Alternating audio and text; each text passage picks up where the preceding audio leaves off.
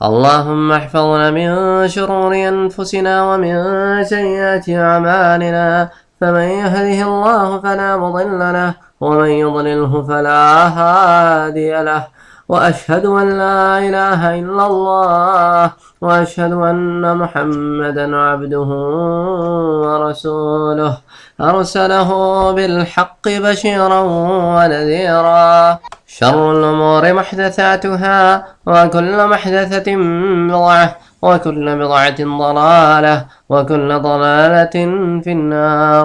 اللهم صل على سيدنا محمد. رب اشرح لي صدري ويسر لي أمري واحلل عقدة من لساني يفقه قولي. پچھلے درس میں ہم نے اس بارے میں پڑھا کہ اللہ کے رسول صلی اللہ علیہ وآلہ وسلم نے پہلے اپنے رشتہ داروں کو، اور یہ نبوت کا 4تھا سال تھا، اور پھر عام قریش کو اس بات کی طرف مطلع کیا. زبان نبی سے پہلی دفعہ انہوں نے یہ بات سنی کہ آپ صلی اللہ علیہ وآلہ وسلم نے اپنی نبوت کا اقرار کیا، اور ان کو یہ فرمایا کہ آپ سب ایک اللہ کی عبادت کریں اور اس دین کی طرف آئیں کہ جس دین کو قبول کرنا ہی صحیح راہ ہے. اور آپ سب دین ابراہیمی کا دعویٰ تو کرتے ہیں لیکن دین ابراہیمی سے کوسوں دور ہیں.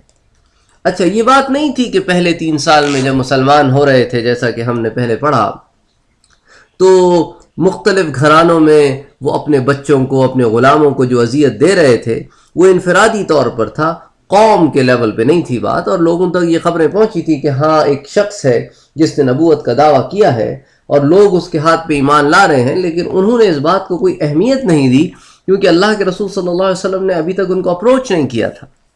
لیکن جب اللہ کے رسول نے ان کو اپروچ کیا تو پھر اب بات بگڑ گئی اور انہوں نے کہا کہ اب تو ہم کو ڈائریکٹ کہا جا رہا ہے اور صفا کی پہاڑی پر چڑھ کر ہمیں جمع کر کے بتایا جا رہا ہے کہ اب آپ نے ایک اللہ کی عبادت کرنی ہے کہ وہی دین ابراہیمی ہے.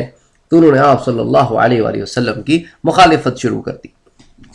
اب اس کے پس منظر کو سمجھنے کی ضرورت ہے اور ان وجوہات کو سمجھنے کی ضرورت ہے جس کی وجہ سے یہ مخالفت کر رہے تھے. سب سے پہلے تو یہ سمجھنے کی ضرورت ہے کہ عرب کے خطے میں مکہ مکرمہ سب سے معظم جگہ تھی اور دینی اعتبار سے ان کا سینٹر بھی تھا.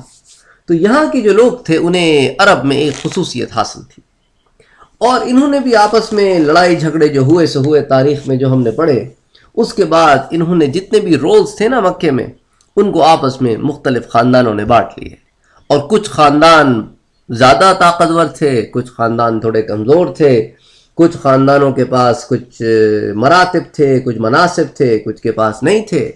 تو اب ہم بریفلی ان مناصب کو ڈسکس کریں گے اور کس کے پاس کیا تھا، تو اس کانٹیکس میں اس پس منظر کو سمجھنے میں آسانی ہوگی کہ کن وجوہات کی بنا پر وہ آپ صلی اللہ علیہ وسلم کو اپوز کر رہے تھے. ایک تو جناب ان کے پاس منصب ہوا کرتا تھا حجابہ کا، یعنی کہ آپ یوں سمجھ لیں کہ کی بیرر آف کعبہ، جو اس کو کلید برداری اور تولیت بھی کہتے ہیں. تو کلید برداری یعنی کہ انہوں نے جو خانہ کعبہ کا جو ڈور بنایا تھا نا، جیسا کہ ہم پہلے ریکنسٹرکشن آف کعبہ کے باب میں پڑھ چکے ہیں، تو اس میں انہوں نے ڈیفینیٹلی جب اس کا تالا بنایا، اس کی چابی بنائی، تو ایک خاندان تھا جس کو انہوں نے حجابہ یعنی کہ کلید برداری یا چابی کا منصب دیا. اور یہاں حضرت صلی اللہ علیہ وآلہ وسلم کے زمانے میں ایک آدمی ہوا کرتا تھا عثمان بن طلحہ، جس کے بارے میں آپ تھوڑا بہت ہجرت کے واقعات میں بھی پڑھیں گے. تو یہ اس شخص کے پاس جو ہے یہ کلید برداری کا کعبے کی چابی تھی. اچھا، پھر اسی طرح ایک اور منصب ہوا کرتا تھا رفادہ، یعنی وہ حجاج کرام جو غریب ہوں ان کی خبر گیری کی جائے. تو یہ جو ہے خاندان نوفل کا ذمہ تھا، اور ایک شخص ہوا کرتا تھا حارث بن عامر، یہ اس کی ذمہ داری تھی. یہ بعد میں مسلمان ہوئے. اچھا، پھر ایک منصب تھا سقایا، یعنی حجاج کرام کو پانی پلانا، یہ خاندان بنو ہاشم کی ذمہ داری تھی. اور اس منصب پر حضرت عباس رضی اللہ تعالی عنہ حضرت صلی اللہ علیہ وسلم کے زمانے میں تھے. تو جن لوگوں کا میں نے ذکر کیا نا، عثمان بن طلحہ رضی اللہ تعالی عنہ یہ بعد میں مسلمان ہوئے، حارث بن عامر یہ بعد میں مسلمان ہوئے، حضرت عباس رضی اللہ تعالی عنہ یہ بعد میں مسلمان ہوئے. یہ 3 لوگوں کے پاس یہ مناصب تھے حضرت صلی اللہ علیہ وسلم کے زمانے میں. اسی طرح ایک منصب ہوا کرتا تھا مشورہ دینے کا، وہ کہتے ہیں نا تھنک ٹینکنگ تو ایک دار الندوہ میں تھی، تو یہ خاندان اسد ایک ہوا کرتا تھا، اور اس میں ایک شخص تھا یزید بن ربیعہ الاسود، اس کے پاس جناب یہ منصب تھا۔ پھر ایک منصب تھا دیات و مغارم، یعنی کہ کسی کا خون بہہ جائے تو پھر اس کے فیصلے کرنا کہ دیت دی جائے یا خون بہا دیا جائے، یہ خاندان بنو تیم کے پاس تھا، اور یہ منصب حضرت ابو بکر صدیق رضی اللہ تعالی عنہ کے پاس تھا۔ اسی طرح عقاب یعنی کہ علم برداری، کہ جب جنگیں ہوں تو ان میں علم کس خاندان کے پاس ہو، یہ پھر ابو سفیان کا کام تھا، اور اس کا باپ بھی اسی چیز پہ معمور تھا۔ اچھا، اس کے بعد ایک منصب تھا قبا، یعنی کہ اگر کہیں ہم جائیں تو خیمہ وغیرہ لگانا اور سواریوں کا انتظام کرنا، یہ بنو مخزوم کے ذمہ تھا، یہ ابو جہل کا جو خاندان تھا، اور اس کا سردار تھا ولید بن مغیرہ، حضرت خالد کا باپ۔ تو جب ولید بن مغیرہ مرا تو آٹومیٹکلی ابو جہل جو ہے خاندان کا سردار بن گیا، اور چونکہ اس وقت ابو طالب کا بھی انتقال ہو چکا تھا تو یہ سب سے قوی سردار تھا، تو آٹومیٹکلی یہ مکے کا امیر بھی بن گیا ابو جہل۔ تو خیر بار اللہ کے رسول صلی اللہ علیہ وسلم کہ اس زمانے میں جب آپ نے قریش کو دعوت دینی شروع کی تو ولید بن مغیرہ یہ جو ہے نا جناب وہاں کا وہ تھا۔ اچھا، پھر سفارت جو ہے وہ خاندان بنو عدی کے پاس تھی، یہ حضرت عمر رضی اللہ تعالی عنہ کا قبیلہ ہے، اور حضرت عمر ہی سفیر تھے۔ اسی طرح ایک اور منصب تھا ازلام و ایسار، یعنی کہ آپ سمجھ لیں ٹریجرار، یہ خاندان جمح، اس میں ایک شخص تھا صفوان بن امیہ، یہ اس کے پاس تھا۔ اسی طرح اموال، یعنی کہ یہ بھی خزانچی تھا۔ یہ تو ازلام و ایسار اور اموال میں فرق یہ ہے کہ ایک آدمی ہے جو خزانچی ہے، وہ خاندان سہم میں سے ہے۔ اسی طرح ایک اور منصب تھا ازلام و ایثار، یعنی آپ سمجھ لیں کہ انتظام کرنا کہ پیسے کو ڈسٹریبیوٹ کیسے کیا جائے اور کہاں خرچ کیا جائے، یہ خاندان جمح کے پاس تھا، اور صفوان ابن امیہ اس کام پہ معمور تھے۔ اسی طرح اموال یعنی ٹریجرار، آپ سمجھ لیں محتمم خزانہ جس کو کہتے ہیں اردو میں، تو یہ خاندان سہم کے پاس تھا، اور اس کے اندر حرث بن قیس جو ہے وہ اس کام پر معمور تھے۔ تو خیر بہرحال یہ لوگ جو ہے اپنے اپنے زمانے میں انہوں نے کام مختلف قبائل میں بانٹ دیے تھے تاکہ جھگڑا کوئی نہ ہو۔ اور حضرت صلی اللہ علیہ وسلم نے جب اسلام کی دعوت دینی شروع کی تو جو رؤسائے قریش تھے، جو بڑے بڑے لوگ تھے مکے میں، ان میں ایک تھے ابو سفیان بن حرب، یہ حضرت معاویہ کے والد محترم ہیں، اور ایک حضرت کے چچا ابو لہب تھے۔ اچھا، پھر اسی طرح ابو جہل تھا جو ولید بن مغیرہ کا بھتیجا تھا، اور اسی طرح ولید بن مغیرہ تھا جو حضرت خالد بن ولید کا باپ تھا، اور یہ شخص جو ہے نا یہ رئیس قریش تھا، یہ رئیس اعظم تھا، یعنی اللہ نے اس کو اتنا مال، اتنا اثر و رسوخ دیا تھا کہ یہ مکے کی سرداری اس کے پاس تھی، یوں سمجھ لیں آپ۔ اسی طرح ایک اور بڑا دولت مند اور کثیر الاولاد آدمی اور صاحب اثر آدمی تھا عاص بن وائل سہمی، یہ حضرت عمر بن العاص کا باپ تھا۔ اسی طرح امیر معاویہ کا جو نانا ہے نا عتبہ بن ربیعہ، یہ بھی ایک بہت بڑا سردار تھا، اور اس طرح اور بھی بہت سارے سردار تھے، مثال کے طور پہ اسود بن مطلب اور اسود بن عبد یغوث، نضر بن الحرث، اخنس بن شریق، اور ابو ابی بن قلب، پھر اس کا بھائی امیہ بن قلب، پھر عقبۃ بن ابی معیط، اور اس طرح کئی لوگ تھے جن کے بارے میں آپ بعد میں بھی پڑھیں گے، اور انہی لوگوں کے نام آپ بار بار بھی سنیں گے مکی زندگی میں، اور پھر بدر تک، اور پھر کچھ کے احد تک، اور کچھ کے خندق تک، اور پھر کچھ کے حدیبیہ میں، اور پھر کچھ کے فتح مکہ میں۔ تو مختلف اوقات میں جو زندہ تھے، جو سردار بنے، کس کا کیا کیا رول ہوا، ان تمام لوگوں کے نام مختلف اوقات میں ریپیٹ ہوں گے۔ اچھا، ایک بات ذرا اگر آپ اپنے ذہن میں رکھیں کہ خاندان بنو ہاشم اور خاندان بنو امیہ یہ ایک ہی باپ کی دو شاخیں تھیں، عبد مناف ہی پہ دونوں جا کے ملتے ہیں، لیکن یہ دونوں میں آپس میں کافی عرصے سے ٹسل چلی آ رہی تھی، کیونکہ آپ اس بات کو ذہن میں رکھیں کہ عرب جو ہیں اس زمانے میں قبائلی زندگی میں اس بات کے اوپر جان دے دیتے تھے کہ بھئی فضل کس کے پاس ہو، رشک کس کے پاس ہو، مناصب کس کے پاس ہو، اہمیت کس کی زیادہ ہو، کس کا روب و دبدبا ہو، کس کی شان ہو۔ تو اب یہ دونوں بڑے ٹکر کے قبائل تھے اور ایک ہی باپ کی اولاد تھے، تو ان میں ایک عرصے سے رقابت چلی آ رہی تھی۔ تو اس کو ذرا آپ نظر میں رکھیں۔ اب ہم ان اسباب کی طرف آتے ہیں کہ کیا وجہ تھی کہ کفار مکہ نے حضرت صلی اللہ علیہ وآلہ وسلم کو قبول نہیں کیا۔ ایک سب سے بڑی وجہ جو آج بھی پائی جاتی ہے کہ جب بھی جوانان قوم کوئی نیا مقصد بیان کرتے ہیں تو بزرگان قوم اس کی خلاف ورزی کرتے ہیں، کہتے ہیں یار یہ تم ایک عجیب بات لے کے آئے ہو، ہمارے زمانے میں تو ایسا نہیں تھا۔ اب تو ہم زمانوں کی جنگ لڑتے ہیں نا، اس زمانے میں تو عقائد کی جنگ تھی، وہ تو اور بھی بہت بڑی جنگ تھی۔ تو ایک تو ان کا سب سے بڑا موقف یہ تھا کہ جب انسان کی عمر ہو جاتی ہے تو وہ عقائد غلط ہی کیوں نہ اس پر ایسی پختگی ہو جاتی ہے کہ پھر اس سے پھرنا مشکل ہوتا ہے۔ اس کے علاوہ قریش جو ہے وہ اس بات پر بھی راضی نہیں تھے کہ ہم اور باقی لوگ سب ایک ہی لاٹھی سے کیسے ہانکے جا سکتے ہیں، ہم تو قریش ہیں، ہم تو خادم ہیں حرمین کے، حرم کے، تو ہمارے ساتھ وہی سلوک جو باقی لوگوں کے ساتھ ہو تو پھر ہمارا امتیاز کدھر رہے گا۔ اچھا، پھر ایک اور وجہ ان کی یہ بھی تھی کہ وہ اسلام میں عیسائیت اور اسلام میں کافی وہ چیزیں جو ہے نا کامنالٹیز دیکھتے تھے، اور عیسائیت سے وہ ویسی اتنے بھرے ہوئے تھے ان کے دل، کیونکہ ابرہہ نے جو حملہ کیا تھا کعبۃ اللہ کو گرانے کے لیے، تو آٹومیٹکلی جو ہے نا ان کا جھکاؤ جو ہے وہ فارس کی طرف زیادہ اور رومنز کی طرف کم ہو گیا تھا۔ تو جب انہوں نے یہ کامنالٹیز دیکھی تو ایک وجہ ان کی یہ بھی تھی کہ انہوں نے مخالفت فرمائی۔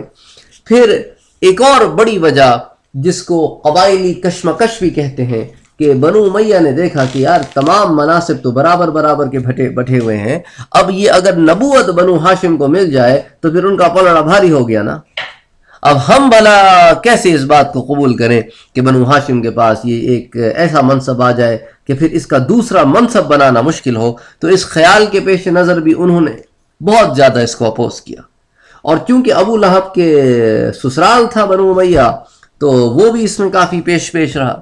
اور آپ دیکھیں اگر تاریخ کا آپ مطالعہ کریں تو زیادہ تر جو مسلمانوں اور کفار مکہ کے درمیان جو لڑائیاں ہوئی ہیں ان کا سبب بھی بنو امیہ تھے، کہ بدر بھی ابو سفیان کی وجہ سے ہوئی، اور احد میں بھی وہی ان کا سپہ سالار تھا، اور خندق میں بھی وہی جمع کر کے لایا تھا، اور وہ بنو امیہ کے تھے۔ تو اس طرح کچھ خاندانی بھی کشمکش تھی۔ پھر اس کا ایک اور سبب یہ بھی تھا کہ قریش جو ہے وہ بہت ہی بد اخلاق تھے، اور ان کا بس نہیں چلتا تھا کہ کوئی بھی ایسی چیز کر گزرے جس سے بس مال ملتا ہو چاہے اس کے لیے کچھ کرنا پڑے۔ اب ان کو یہ ساری چیزیں بھی ختم ہوتی بھی نظر آ رہی تھیں کہ اگر ہم اس دین حق کی طرف آئیں تو پھر ہماری عیاشیوں کا کیا ہوگا، تو وہ اس سے بھی بڑے ڈرتے تھے۔ پھر اس کا ایک اور سبب یہ بھی تھا کہ ان کا جھکاؤ مال کی طرف تھا، تو وہ چاہتے تھے کہ اگر اللہ نے کسی کو عزت دینی ہے تو کیوں نہ رؤسائے قریش میں سے کسی کو عزت دی جاتی، یا رؤسائے طائف میں سے کسی کو عزت دی جاتی۔ اب چونکہ ایسا بھی نہ ہوا تو انہوں نے کہا کہ ایک یتیم کو اللہ نے اٹھا کے نبی بنا دیا اور اب یہ ہمارا سردار بنے گا جو کہ غریب آدمی ہے، تو یہ بات بھی ان کو قبول نہیں تھی۔ اور ان کی انہی بد اخلاقیوں کو اللہ نے پھر قرآن میں بھی جگہ جگہ ذکر کیا ہے، کہ مثال کے طور پہ سورہ قلم میں اللہ نے ذکر کیا وَلَا تُطِعْ كُلَّ حَلَّافٍ مَّهِينٍ هَمَّازٍ مَّشَّاءٍ بِنَمِيمٍ مَّنَّاعٍ لِّلْخَيْرِ مُعْتَدٍ أَثِيمٍ عُتُلٍّ بَعْدَ ذَلِكَ زَنِيمٍ أَن كَانَ ذَا مَالٍ وَبَنِينَ۔ یعنی کہ اور اس شخص کے کہنے میں آپ ہرگز نہ آئیے گا میرا مدنی، جو ہر بات پہ بات پر قسم کھاتا ہے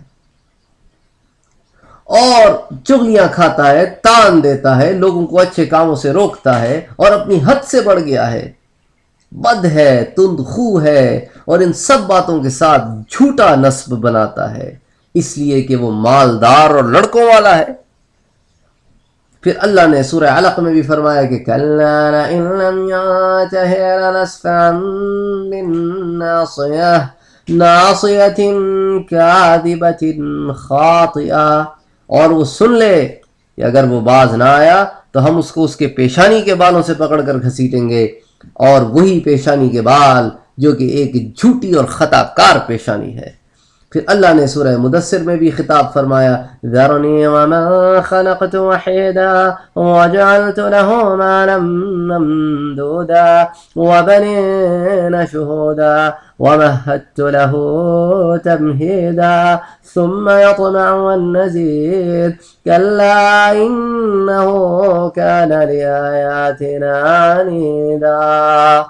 میرا مدنی چھوڑ دیں اس کو اور مجھے، میں اس کو دیکھتا ہوں، میں نے اس کو اکیلا پیدا کیا، اسے مال دیا، اسے بیٹے دیے، اسے سامان دیا، اب یہ چاہتا ہے کہ میں اس کو اور دوں؟ ہرگز نہیں. یہ ہماری آیتوں کو جھٹلاتا ہے اور پھر چاہتا ہے کہ ہم اس کو اور دیں. تو یہ وہ آیتیں ہیں جو قریش کے بڑے بڑے سردار رؤساء کے بارے میں اللہ نے نازل فرمائیں، جن کو ہم نے پھر بعد میں آپ دیکھیں گے کہ ڈیٹیل میں ان کانٹیکس کے کس کے اوپر کیا کیا آیتیں اتری، ہم انشاءاللہ اس کو بھی آنے والے دروس میں آپ دیکھیں گے کہ ڈسکس کریں گے. تو خیر بہرحال یہ وہ لوگ تھے جو اخلاق کے ان مدارج تک پہنچ گئے تھے کہ ان کے لیے نیک و بد میں کچھ زیادہ فرق نہیں موجود تھا. اور پھر آپ اس طرح کے کچھ واقعات بھی دیکھیں گے ابو جہل اور عقبہ ابن ابی معیط اور اس طرح کے اور سرداران قریش کے حوالے سے آئندہ دروس میں. تو خیر یہ چند وجوہات تھیں جس کی بنا پر انہوں نے انکار کیا. اب جیسا مثال کے طور پہ ایک عام طور پہ ایک کانسیپٹ ہوتا ہے، لوگ کہتے ہیں کہ یار دیکھو یہ عرب ہیں، ان کو تو قرآن سمجھ میں آتا ہوگا. تو بھئی قرآن سمجھنا اور بات ہے اور سمجھ کر عمل کرنا اور بات ہے. اور پھر آپ یہ دیکھیں قرآن 1400 سال پہلے عربی زبان میں اترا اور اس زبان میں اترا کہ اس کے اندر اتنی فصاحت و بلاغت ہے. اب ہر عرب تو اتنا فصیح و بلیغ عربی نہیں کہتا. اچھا اس کو سمجھ میں بھی آ جائے بات تو ضروری تھوڑی ہے کہ اس کو کانٹیکسٹ بھی بتا ہوا آیتوں کا. اچھا پھر اس کے دل میں اثر بھی کرے اللہ کے حکم سے اور پھر وہ اس پہ عمل بھی کرے. تو ٹھیک ہے زبان آنے سے اس کو ایک فائدہ ضرور ہو جاتا ہے، لیکن قرآن کا ہم زبان ہونا نجات کے لیے کوئی بہترین ذریعہ نہیں ہے. تو خیر بہرحال آپ دیکھیں ان لوگوں کو یہ بھی تو عربی جانتے تھے نا، ابو جہل، ابو لہب، عتبہ، شیبہ، یہ لوگ کم عربی جانتے تھے. لیکن بس جس کو اللہ نے ہدایت دینی ہو اس کو عربی بھی کام آ جاتی ہے، اور جس کو اللہ نے ہدایت نہ دینی ہو اس کو عربی نہ بھی آتی ہو تو دین کام آ جاتا ہے. مثال کے طور پہ حضرت سلمان فارسی. تو اللہ کی طرف سے ہدایتیں ملتی ہیں، ہمارے تمہارے سوچنے سے اور کہنے سے تھوڑی ہدایتیں ملتی ہیں. بس دعا یہ کیا کریں کہ اللہ ہمیں ہدایت پر رکھے اور ہدایت میں ہی اٹھائے اس دنیا سے. اہدنا الصراط المستقیم صراط الذین انعمت علیہم غیر المغضوب علیہم ولا الضالین. تو خیر پچھلے درس میں ہم نے پڑھا کہ یہ ابو لہب نے حضرت صلی اللہ علیہ وآلہ وسلم کی کھل کر مخالفت کرنی شروع کر دی. تو اب اس کو اتنا غیظ و غضب تھا سورہ اس کے بارے میں جب سورت اتری تبت یدا ابی لہب وتب، تو اس نے پھر یہ کیا کہ اپنے بیٹوں کے پاس گیا. اب یہ بھی ذرا سمجھے کہ حضرت صلی اللہ علیہ وآلہ وسلم کا نہ صرف وہ چچا تھا بلکہ پڑوسی بھی تھا، اور آپ کی 2 بیٹیوں کے نکاح بھی اس کے 2 بیٹوں سے ہو چکے تھے، ابھی رخصتی نہیں ہوئی تھی. تو اتنا رشتہ تھا آپ صلی اللہ علیہ وآلہ وسلم سے، اتنے زیادہ رشتے تھے. تو خیر بہرحال اس نے اپنے بیٹوں کو اپروچ کیا اور اپنے بیٹوں سے اس نے کہا کہ تمہیں اللہ کے رسول صلی اللہ علیہ وآلہ وسلم کی بیٹیوں کو طلاق دینی ہوگی، تو ورنہ میرا اور تمہارا کوئی واسطہ نہیں ہے. جب تک تم ان کو طلاق نہیں دیتے مجھ سے ہرگز بات نہ کرنا. اب باپ تھا اور اس زمانے میں تو آپ کو پتہ ہی ہے کہ تھوڑے لوگ زیادہ تابع دار تھے.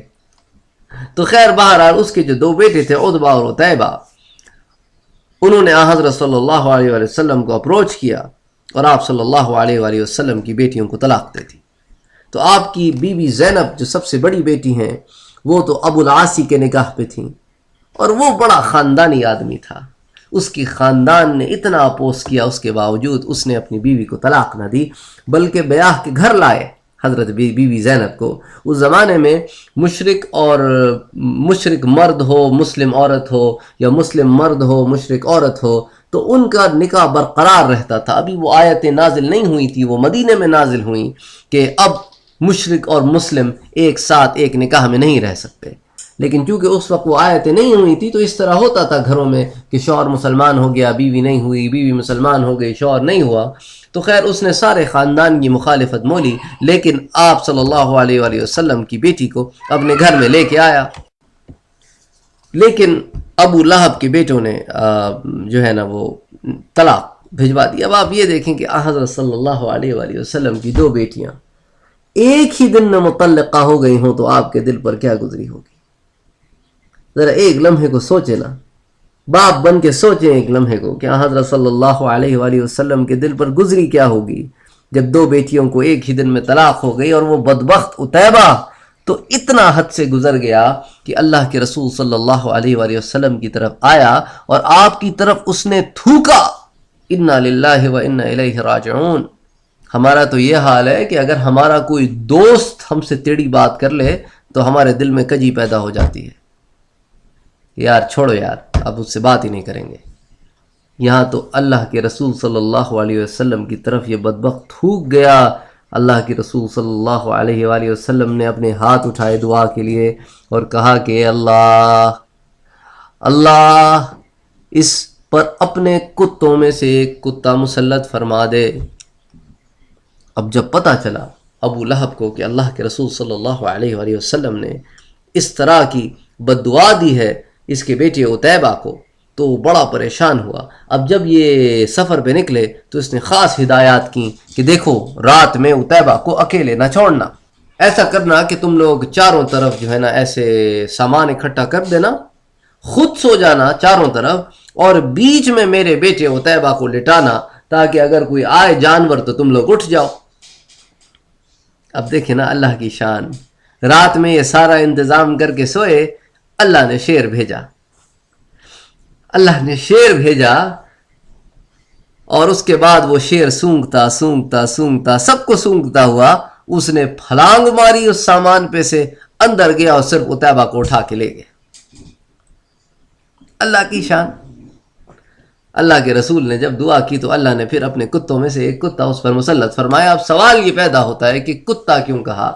آپ نے اس کو جنرلائز کیا اپنی زبان میں۔ اس زمانے میں یہ جو لفظ تھا کتا، یہ جنرلائز تھا ان تمام جانوروں کے لیے جو جنگلی ہوتے ہیں۔ تو خیر بہرحال عتیبہ کو تو اس طرح معاملہ ہوا اس کی اس بدبختی کی وجہ سے، اور اس کے باپ کا بھی حشر بہت برا ہوا۔ جب اللہ کے رسول صلی اللہ علیہ وآلہ وسلم مدینہ ہجرت فرما گئے تو پیچھے اب اس کے ساتھ جو ہوا وہ ہم بعد میں پڑھیں گے، لیکن اس کا جو دوسرا بیٹا تھا عتبہ، وہ بعد میں فتح مکہ کے وقت مسلمان ہوا۔ اللہ اکبر۔ تو شروع میں تو جب حضرت صلی اللہ علیہ وآلہ وسلم قریش پر اسلام پیش کرتے تو یہ اس کو نہ جھٹلاتے نہ کوئی آوازیں بلند کرتے، بلکہ خاموشی سے سن لیتے۔ وہ یہ سمجھ رہے تھے کہ ہماری اس اگنورنس کی وجہ سے آپ صلی اللہ علیہ وآلہ وسلم تھوڑے دنوں میں شکستہ ہو کر ہمیں پھر تعلیم دینا بند کر دیں گے۔ اور ایک وجہ یہ بھی تھی کہ اب وہ کسی قسم کی لڑائی میں پڑنا نہیں چاہتے تھے، کیونکہ تھوڑے ہی عرصے پہلے 30 سال پہلے وہ دیکھ چکے تھے کہ حرب فجار میں ہوا کیا۔ جب قریش بھیڑے ہیں تو تباہ ہو گئے، برباد ہو گئے۔ وہ چند دن کی جو جنگ تھی اس میں کتنے لوگ مر گئے اور کتنا مال لگ گیا۔ تو اب وہ جنگ کے نام سے بھی بھاگتے تھے، وہ چاہتے تھے کہ اس قسم کے جھگڑے نہ ہوں کہ ہم پھر آپس میں لڑیں۔ تو ایک روایت میں یوں بھی آتا ہے کہ حضرت صلی اللہ علیہ وآلہ وسلم جب قریشیوں کے سامنے دین پیش کرتے تو وہ اس کا نہ انکار کرتے نہ اقرار کرتے، اور اس کے بعد جب کبھی حضرت قریش کی مجلسوں کے پاس سے گزرتے تو لوگ آپ کی طرف پھر انگلیاں کرتے اور اشارے کر کے کہتے کہ خاندان عبد المطلب کا یہ لڑکا آسمان کی باتیں کرتا ہے۔ بس وہ یہاں تک آئے تھے، اور یہی انہوں نے اپنی عادت بنا لی تھی کہ آپ کی طرف بس اشارے کرتے اور آپ کی طرف جملے ابھی انہوں نے کسنے شروع نہیں کیے تھے۔ لیکن پھر آپ نے جب ان سے یہ کہا کہ تمہارے یہ معبود ناحق ہیں، یہ عبادت کے لائق نہیں ہیں، یہ تم نے خود بنا رکھے ہیں، تو پھر آہستہ آہستہ انہوں نے آپ صلی اللہ علیہ وآلہ وسلم کی طرف پھر محض آرائی کرنی اور زیادہ کر دی، اور اسی طرح کے مواقع وہ تلاش کرتے کہ آپ صلی اللہ علیہ وآلہ وسلم کو تنگ کریں۔ لیکن یہ سب بعد میں ہوا۔ شروع میں حضرت صلی اللہ علیہ وآلہ وسلم نے ان کو جتنا آپ سے ہو سکتا تھا اپروچ کیا، اور انہوں نے اس اپروچ کے خلاف کوئی مظاہرہ نہیں کیا۔ اب مثال کے طور پہ ایک دفعہ حضرت صلی اللہ علیہ وسلم قریش کے ایک مجمع کے پاس سے گزرے، اور یہ لوگ مسجد حرام میں جمع تھے اور بتوں کو سجدہ کر رہے تھے۔ تو آپ نے یہ منظر دیکھا تو فرمایا کہ اے قریش، اے گروہ قریش، واللہ خدا کی قسم تم اپنے باپ ابراہیم کے راستے سے ہٹ گئے ہو۔ تو قریش نے کہا ہم اللہ کی محبت میں ہی ان بتوں کو پوجتے ہیں تاکہ اس طرح ہم اللہ کے قریب ہو سکیں، کیونکہ ان کی نظر میں وہی حال تھا کہ ہا ہنا شفعاؤنا، کہ یہی تو ہماری شفاعت کریں گے اللہ کے آگے، ہم ان کو خوش کریں گے، یہ اللہ کو خوش کریں گے تو پھر اللہ ہماری عرضیوں کو قبول کرے گا۔ تو پھر اللہ نے قرآن اتارا، قل ان کنتم تحبون اللہ فاتبعونی یحببکم اللہ، اے اللہ کے رسول آپ فرما دیجئے کہ اگر تم خدا تعالی سے محبت رکھتے ہو تو تم لوگ میری اتباع کرو، خدا تم سے محبت کرنے لگے گا اور تمہارے گناہوں کو معاف کر دے گا۔ لیکن یہ بات قریش کو بہت ناگوار گزری، اور پھر وہ پہلی دفعہ ابو طالب کی خدمت میں شکایت لے کر حاضر ہوئے، اور پھر یہ پہلی دفعہ تھا جب انہوں نے آپس میں فیصلہ کیا کہ بس دیٹس اٹ، اب ہم آپ صلی اللہ علیہ وآلہ وسلم کو کھل کر اپوز کریں گے۔ تو وہ لوگ ابو طالب کے پاس آئے اور کہنے لگے کہ ابو طالب، آپ کے بھتیجے نے ہمارے معبودوں کو اب برا بھلا کہنا شروع کر دیا ہے، ہمارے دین میں عیب نکالنے شروع کر دیے ہیں، اور ہمیں آپ بے عقل کہتے ہیں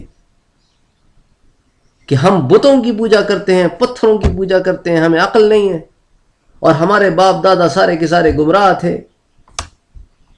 تو اب برداشت نہیں ہوتا ہم سے، یا تو آپ انہیں منع فرمائیں یا پھر آپ راستے سے ہٹ جائیں، اور پھر اب ہم خود نمٹیں گے ان سے۔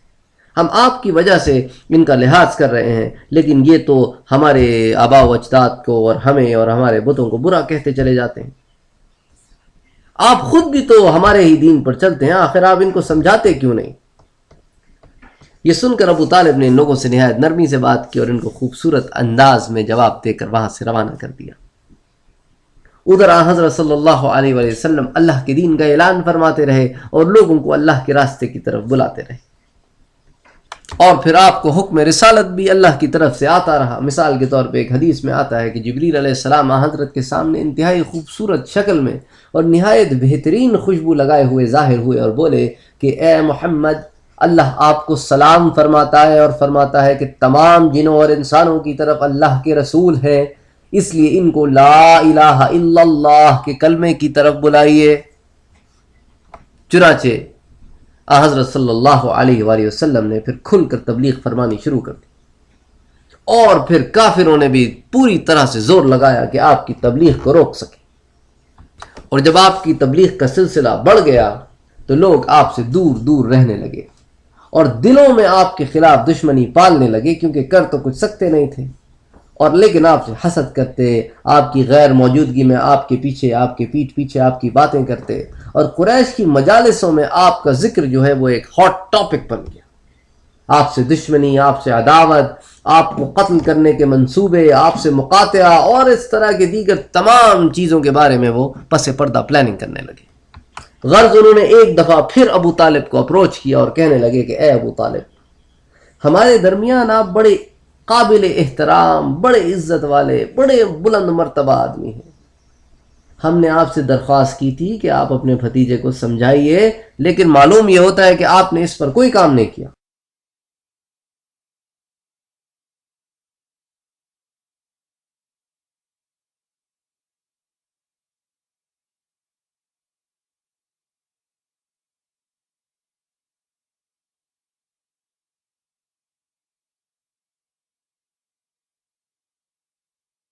اور ہمیں تو ایسے لگتا ہے کہ آپ نے اپنے بھتیجے سے اس بارے میں کوئی بات بھی نہیں کی ہوگی۔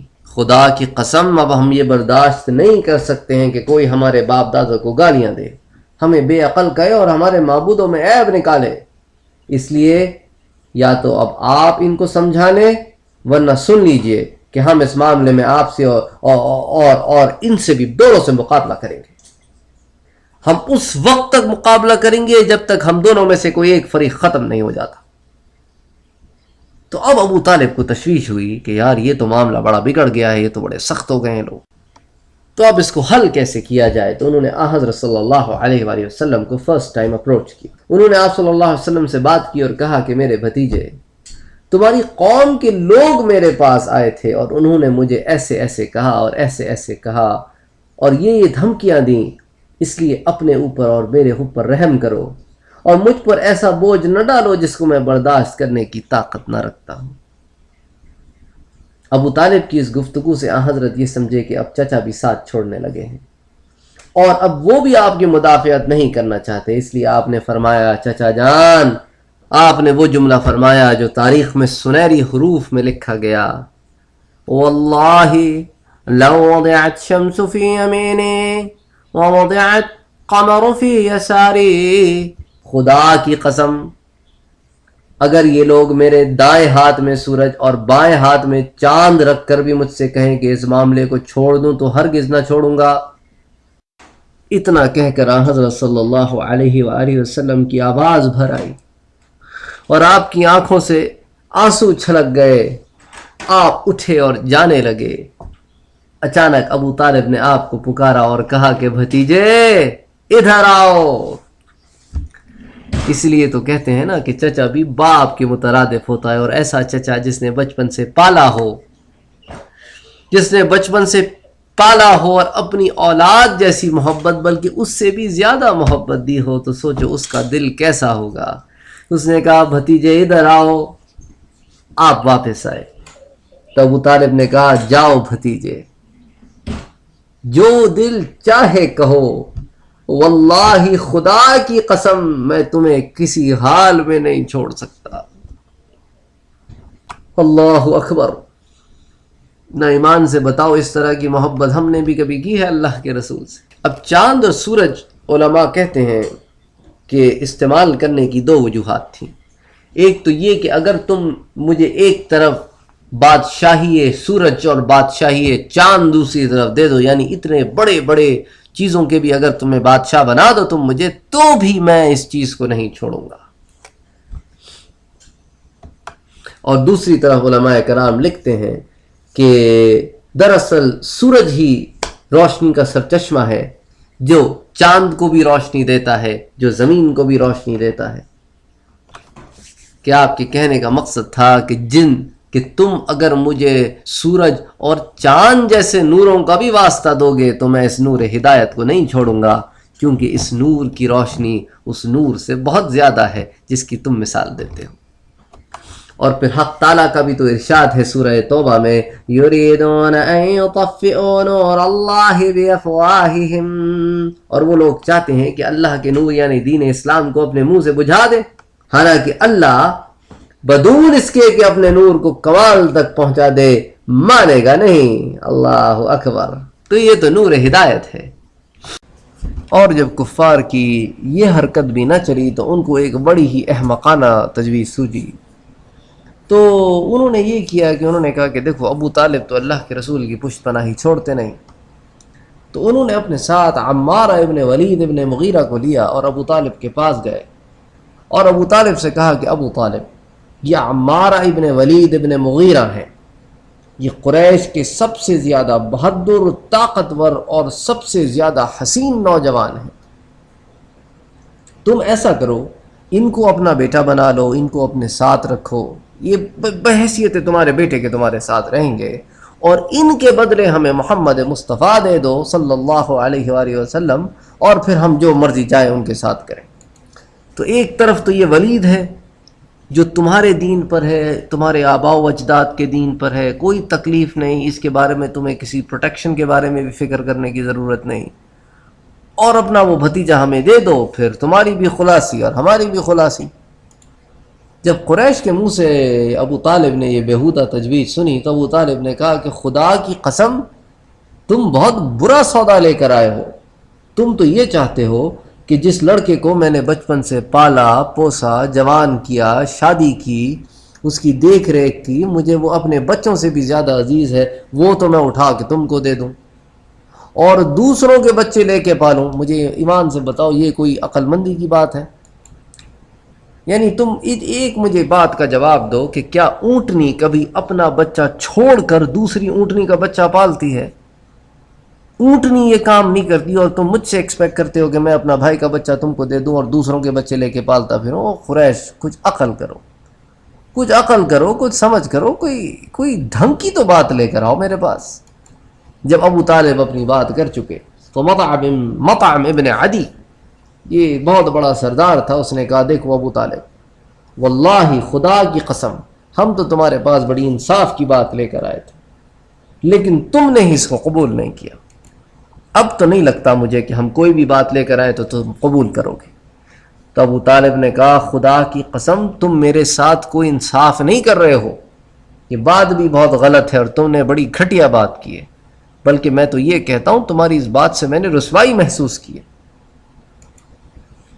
میں اپنے بھتیجے کی پشت پناہی نہیں چھوڑ سکتا، جو جی میں آئے تم کرتے پھرو۔ اور اس کے بعد ابو طالب نے دیکھا کہ قریش تو اب تیور بگڑنے لگ گئے ان کے، اور منہ زور آ کے ابو طالب سے بات کر رہے ہیں اور دھمکیاں دے رہے ہیں، تو انہیں تھوڑی تشویش ہوئی، تو انہوں نے یہ ارادہ کیا کہ بنو ہاشم کو جمع کریں، بنو عبد المطلب کو جمع کریں۔ تو انہوں نے بنو ہاشم اور بنو عبد المطلب کے تمام لوگوں کو بلایا اور ان کے سامنے قریش کا یہ رد عمل رکھا اور ان سے یہ سوال کیا کہ ہم حضرت صلی اللہ علیہ وآلہ وسلم کی مرتے دم تک پشت پناہی کریں گے کیونکہ ہم قبیلے والے ہیں، اور سب نے اس بات کی حامی بھری الا ابو لہب، سوائے ابو لہب کے۔ اس نے کہا کہ بھئی تم لوگوں کو مرنا ہے، کھپنا ہے، لڑنا ہے، جو کرنا ہے کرو، لیکن میں تم لوگوں کا اس بارے میں کوئی ساتھ نہیں دوں گا۔ تو پورے بنی ہاشم میں یہ واحد آدمی تھا جو حضرت پر ظلم اور سختی کے لیے جو ہے نا آمادہ تھا اور آواز اٹھاتا تھا کہ حضرت صلی اللہ علیہ وسلم پہ ظلم و سختی کرو، باقی سارا کے سارا بنو ہاشم آپ کی پشت پناہی میں تھا۔ اور اسی طرح جو لوگ ایمان لائے یہ ان کے بھی مذاق اڑاتا اور ان کو بھی تکلیف دیتا اور ان کو بھی اذیتیں پہنچانے میں آگے آگے رہتا۔ ایک طرف تو یہ عالم ہے اور دوسری طرف یہ عالم ہے کہ اللہ کے دین میں اللہ کے رسول کے اصحاب داخل ہو رہے ہیں۔ مثال کے طور پہ حضرت بلال رضی اللہ تعالی عنہ یہی زمانہ تھا کہ آپ اسلام لائے۔ حضرت بلال کے والد کا نام رباح تھا، تو یہ حضرت بلال بن رباح ہے، اور ان کی والدہ کا نام تھا حمامہ، اور یہ بھی مسلمان ہوئی حضرت بلال رضی اللہ تعالی عنہ کے ساتھ ہی بی بی حمامہ رضی اللہ تعالی عنہ۔ حضرت بلال مکے میں ہی پیدا ہوئے لیکن غلام تھے، اور اسلام کے شروع کے دنوں میں یہ اسلام لے کر آئے تھے۔ اور اصل میں یہ عبداللہ ابن جدعان ایک شخص ہوا کرتا تھا جس کے بارے میں ہم پہلے بھی پڑھ چکے ہیں، یہ اس کے غلام تھے اور اس کے چرواہے تھے اور اس کے لیے بکریاں چرایا کرتے تھے، لیکن ان کو بھی بتوں سے ایک بغض تھا۔ تو ایک دن جو ہے بکریاں چراتے چراتے یہ وہاں بتوں کے پاس سے گزرے تو انہوں نے ان کی بے حرمتی کی۔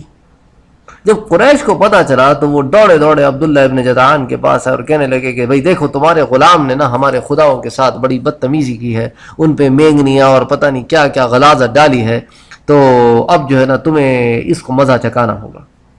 تو عبداللہ ابن جدعان نے کہا اچھا ایسا کرو یہ 100 دینار رکھو میری طرف سے، کیونکہ بہت امیر آدمی تھا، اور اس کے کچھ جانور وغیرہ ذبح کرو تاکہ یہ جو بت ہیں یہ اسے معاف کریں، اس کے گناہ بخش دیں اور مجھے بھی معاف کریں کیونکہ غلام تو میرا ہے۔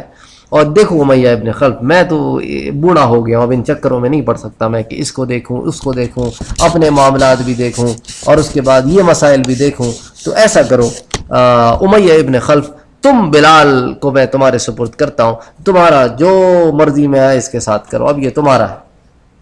تو امیہ ابن خلف کو اس نے ایک طریقے سے ہبا کر دیا۔ تو انہوں نے حضرت بلال کو بہت کوشش کی کہ دین سے پھرا سکیں، لیکن حضرت بلال جو ہے وہ بلال تھا۔ یعنی آپ دیکھیں لفظ بلال کا مطلب بھی کیا ہے کہ لوہے کو جب آگ میں پگھلاتے ہیں نا تو وہ ہو جاتا ہے لال، ٹھیک ہے جی، اور اس کو اگر آپ اور پگھلائیں نا آگ میں تو وہ ہو جاتا ہے کالا، جب جل جاتا ہے اس کو کہتے ہیں بلال۔ اور تو بلال بھی تو لوہا تھا نا، حضرت بلال نے پھر تھوڑی مڑنا تھا ان کے آگے، تو پھر انہوں نے حضرت بلال کو اذیت دینی شروع کی۔ شروع میں تو ان کے گلے میں نا رسیاں ڈالتے تھے اور مکے کے بچوں کو دے دیتے تھے کہ اس کو بیل بکری کی طرح کڑی مکے کی دھوپ میں سڑکوں میں لے کے پھرو، تو مکے کی گلیوں میں مکے کے پہاڑوں میں گلے میں رسی پڑی ہوئی ہے اور وہ بلال کو گھسیٹ رہے ہیں۔ اللہ اکبر، 24 گھنٹے بلال کو بھوکا رکھا جاتا اور دن بھر یہ اذیتیں دی جاتی۔ جب اس پر بھی بس نہ چلا اور بھوک کا بھی کام نہ چلا تو انہوں نے پھر یہ کیا کہ حضرت بلال کو گرم گرم انگاروں پہ لٹاتے. یعنی جب دھوپ جو ہے نا بالکل کڑکتی ہوئی دھوپ ہوتی تو پتھر کیسا جلتا ہے. اگر آپ مکے گئے ہوں تو آپ کو اندازہ ہو، مکے نہ بھی گئے ہوں تو کبھی کسی گرم دن میں نا ذرا باہر نکل کے دیکھیں، جب 120 ڈگری فارن ہائٹ ٹیمپریچر ہوتا ہے، 135 ڈگری فارن ہائٹ ٹیمپریچر ہوتا ہے، یا اگر آپ سیلسیس میں تو ذرا 40 کے اوپر نکل کے دیکھیں باہر اور ننگے پیر نکلیں ذرا، 1 منٹ میں آپ کو پتہ چل جائے گا کہ بلال جو ہے وہ کس اذیت سے گزرا.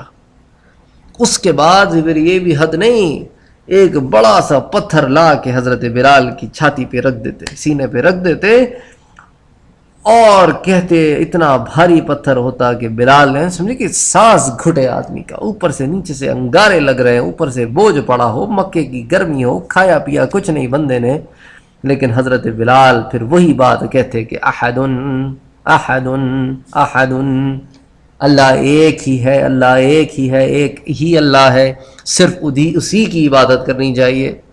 اور یہ بات تو گویا ان کے سینوں پہ جو ہے نا چھریاں چلانے کے مترادف تھی. ایک دن حضرت صلی اللہ علیہ وآلہ وسلم کا گزر ہوا وہاں سے جہاں بلال پڑے ہیں، تڑپ رہے ہیں، لیکن کہہ رہے ہیں احد. اللہ کے رسول صلی اللہ علیہ وآلہ وسلم نے فرمایا بلال یہ احد ہی تجھے ایک دن بچائے گا. اللہ اکبر. تو ایک دن امیہ ابن خلف تنگ آ گیا کہ یار کتنی اذیتیں دوں میں بلال کو، امی کوئی حد ہوتی ہے یار. تو اس نے کیا کیا کہ بلال کی ماں کو کہا کہ دیکھو، ایک ہوتا ہے نا ایک گھر والے جب بات کرتے ہیں تو انسان موم ہو جاتا ہے، باہر والے بات کرتے ہیں تو بفر جاتا ہے. تو اس نے بلال کی ماں سے کہا کہ اس کو کچھ سمجھاؤ اللہ کی بندی، دیکھو تم بھی تو اپنے آباء و اجداد کے دین پر ہو، یہ بھی آ جائے تو اس کی جان بخشی ہو جائے. اصل میں وہ جانتا نہ تھا کہ بلال کی ماں بھی مسلمان ہو گئی، اس نے اپنے اسلام کو چھپایا ہوا تھا. تو بلال جو ہے وہ جب ان پہ ظلم ہوتا تو آخر آدمی کتنا برداشت کرے گا، بے ہوش ہو جاتے. تو ایک دن حضرت بلال بے ہوش ہوئے، جب ہوش آیا تو دیکھا کہ ماں بیٹھی ہے برابر میں اور کہتی ہے کہ بلال کچھ تو رحم کرو اپنے حال پر، کچھ تو رحم کرو، کم سے کم زبانی کلامی ان کو بول دو کہ میں تمہارے دین پر واپس آ گیا ہوں، تیری جان تو چھوڑ دیں گے. دیکھو مجھے، دیکھو میں نے بھی تو نہیں بتایا کہ میں مسلمان ہو گئی ہوں، تم بھی دل میں مسلمان رہنا اور چھپ چھپ کی عبادت کرتے رہنا، کیا ضرورت ہے علل اعلان بتانے کی. حضرت بلال سنتے رہے، ماں کہتی رہی، حضرت بلال سنتے رہے. جب ماں اپنی بات کہہ چکی تو حضرت بلال مسکرائے. تو ان کی ماں نے کہا کہ بلال میں نے تم سے کوئی مذاق کیا ہے جو تم اس طرح مسکرا رہے ہو اور ہنس رہے ہو؟ تو حضرت بلال کہنے لگے ماں آج مجھے پتہ چل گیا کہ قریش کے سردار مجھ سے ہار گئے. تو ماں نے کہا وہ کیسے؟ کہتے ہیں اگر ہارتے نہ تو تم کو بھیجتے. تم کو کیوں بھیجا؟ اس کا مطلب یہی ہے نا کہ خود تھک گئے ہیں مجھے سزائیں دے دے کے. اسی حال میں ایک دن حضرت بلال رضی اللہ تعالی عنہ کو امیہ ابن خلف سزا دے رہا تھا تو وہاں سے حضرت ابو بکر گزرے اور اس نے کہا کہ امیہ کیا تجھے خدا سے ڈر نہیں لگتا؟ کیا تجھ میں بالکل خوف خدا نہیں؟ اللہ کے بندے غلام ہے، تیرے دین پر نہیں ہے تو کیا وہ انسان کا بچہ نہیں ہے؟ یار انسان تو سمجھنا اس کو. امیہ نے کہا دیکھو ابو بکر تم نے ہی تو اس کو خراب کیا ہے، تم نے ہی تو اس کو خراب کیا ہے، اب ہم اس کو سزائیں نہ دیں تو اور کیا کریں؟ تو حضرت ابو بکر نے کہا کہ اس کو بیچتے ہو؟ امیہ نے کہا ہاں بابا لو جان چھوڑو ہماری. تو حضرت ابو بکر نے کہا کہ اچھا اس کے بدلے اگر میں تمہیں قسطاس دوں تو اس کو چھوڑ دو گے؟ میرا غلام ہے، اس سے زیادہ طاقتور ہے اور پھر تمہارے دین پر بھی ہے اور تمہارے کام بھی آئے گا اور تمہیں اس کے ساتھ اذیتوں میں بھی وقت ضائع نہ کرنا پڑے گا. تو امیہ نے کہا اچھا ٹھیک ہے میں قسطاس پر اگری کرتا ہوں. پھر تھوڑی دیر کے بعد کہنے لگا کہ ایسا کرو قسطاس کے ساتھ کچھ اور دینار بھی ہوں تو پھر میں اگری کرتا ہوں. تو حضرت ابو بکر رضی اللہ تعالی عنہ نے کہا اچھا ٹھیک ہے اگر میں حضرت بلال کے بدلے تمہیں قسطاس اور کچھ دینار دے دوں تو کیا ان کو چھوڑ دو گے؟ تو اس نے کہا ہاں اگر تم ایسے کرو تو میں چھوڑ دوں گا. اچھا امیہ جو ہے وہ بڑا چالاک آدمی تھا اور وہ یہ جانتا تھا کہ قسطاس بلال سے بہت قیمتی غلام ہے.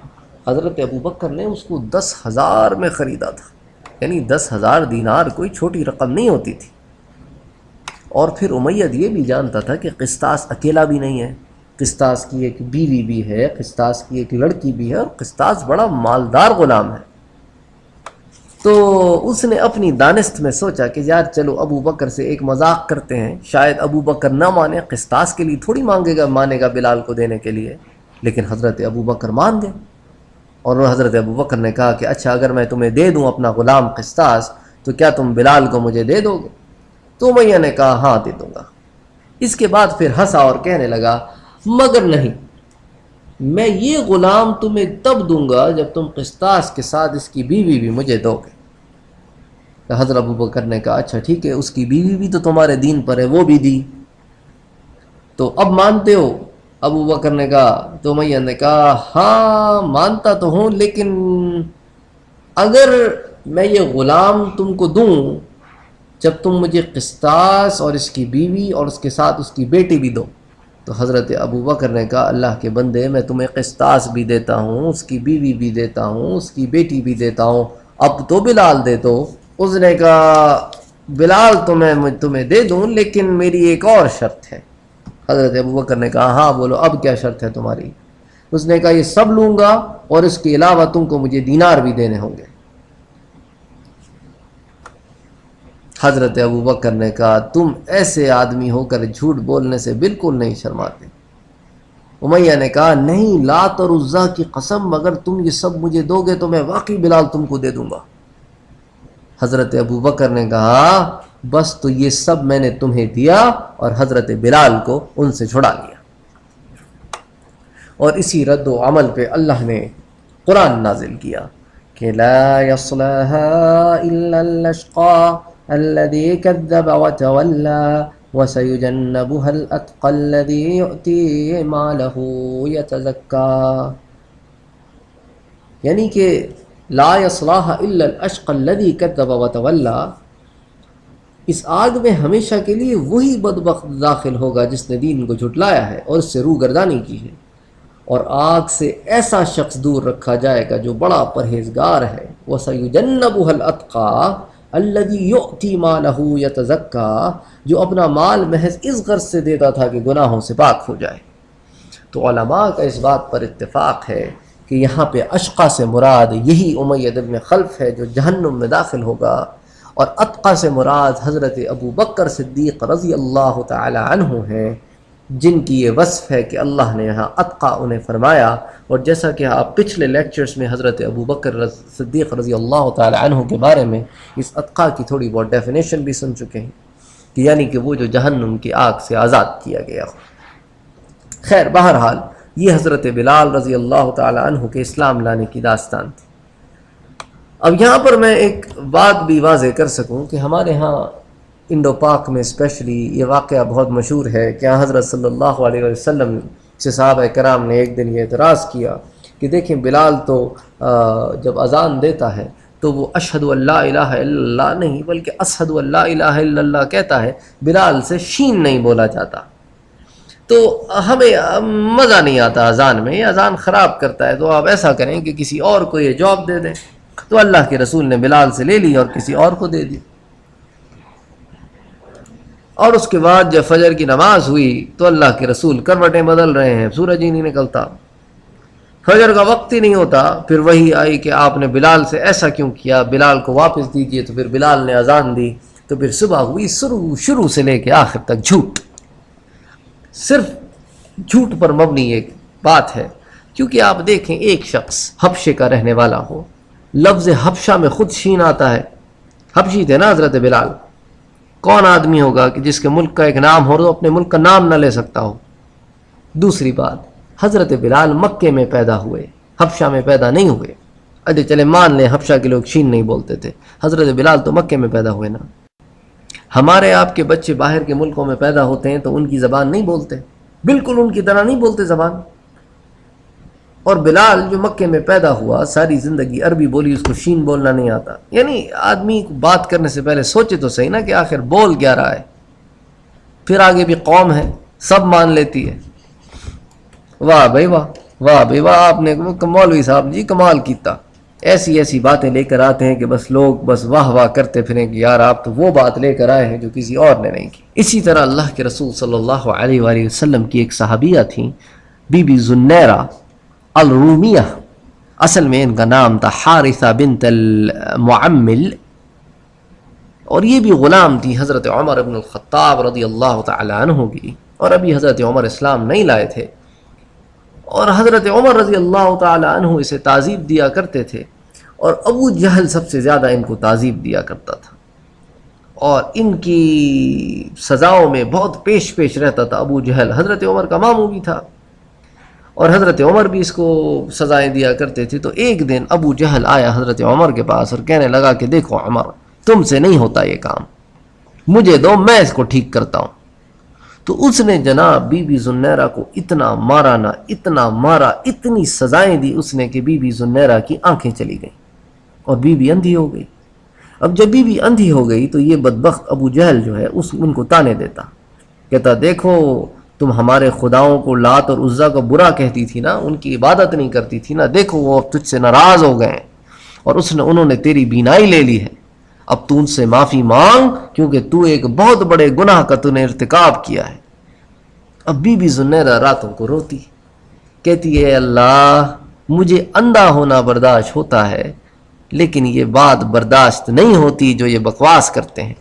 بھلا تیرے سوا کوئی خدا ہے؟ بھلا تیرے سوا کوئی عبادت کے لائق ہے؟ یہ مجھے کس قسم کے تانے دیتے ہیں میرے ایمان کو کمزور کرنے کے لیے. اور بی بی نے اللہ سے دعا کی، صبح اٹھی آنکھیں بالکل ٹھیک. تو اب وہ کہتے ہیں نا کہ جن کے دلوں پہ پردے پڑے ہوں تو ان پہ کوئی اثر نہیں ہوتا، اور جن کی آنکھیں اندھی ہو چکی ہوں نور ہدایت سے ان کو پھر نظر بھی کچھ نہیں آتا. تو اب یہ بدبخت بجائے اس کے کہ ہدایت حاصل کرتے، جب بی بی زنیرہ کو اللہ نے ان کی آنکھیں واپس کی تو کہنے لگے او معلوم ہوتا ہے اللہ کے رسول کا کوئی جادو کا کمال ہے. اور اسی طرح بی بی نہدیہ اور ان کی بیٹی ام عبیس، ان لوگوں پر بھی بہت ظلم توڑے گئے، بہت ظلم توڑے گئے. اسی طرح حضرت خباب بن ارت جو کہ ام انمار کے غلام تھے، اور یہ بیسکلی بائی پروفیشن لوہار تھے، اور یہ بھی اسلام لے آئے تھے. حضرت صلی اللہ علیہ وآلہ وسلم سے ان کی آپ کی بعثت سے قبل بات چیت تھی، جب ان پہ اسلام پیش کیا گیا تو انہوں نے قبول کر لیا. تو حضرت خباب بن ارت کی جب مالکن پتہ چلا کہ آپ اسلام لے آئے ہیں تو وہ ان کے سر پہ لوہے کی سلاخیں گرم کر کے نا ایسے داغ کرتی، ان کے سر کو داغ تھی. تو ایک دن حضرت خباب رضی اللہ تعالی عنہ حضرت کے پاس آئے اور کہا کہ اللہ کے رسول میرے لیے آپ دعا کیجئے. تو اللہ کے رسول نے دعا فرمائی. اس کا نتیجہ یہ ہوا کہ اسی دن ام عمار جو ہے نا، اس کے انمار جو ہے اس کے گھر میں، اس کے سر میں جو ہے نا سخت درد شروع ہو گیا، اور ام انمار کو ایک ایسی بیماری ہو گئی جس میں وہ بھونکتی، اور کئی لوگوں سے علاج کرایا کوئی فائدہ ہی نہ ہو. تو ایک طبیب نے اس کا یہ علاج کیا، اس نے کہا کہ اگر اس کو شانت کرنا ہے، اس کو اگر ٹھنڈا کرنا ہے نا تو ایسا کرو کہ لوہے کی سلاخیں گرم کر کے نا اس کے سر پہ لگایا کرو. تو حضرت خباب کہتے ہیں کہ جب مجھے پتا چلا کہ اس کا علاج وہی ہے جو میری سزا تھی تو میں خود اپنے ہاتھ سے وہ سلاخیں گرم کرتا.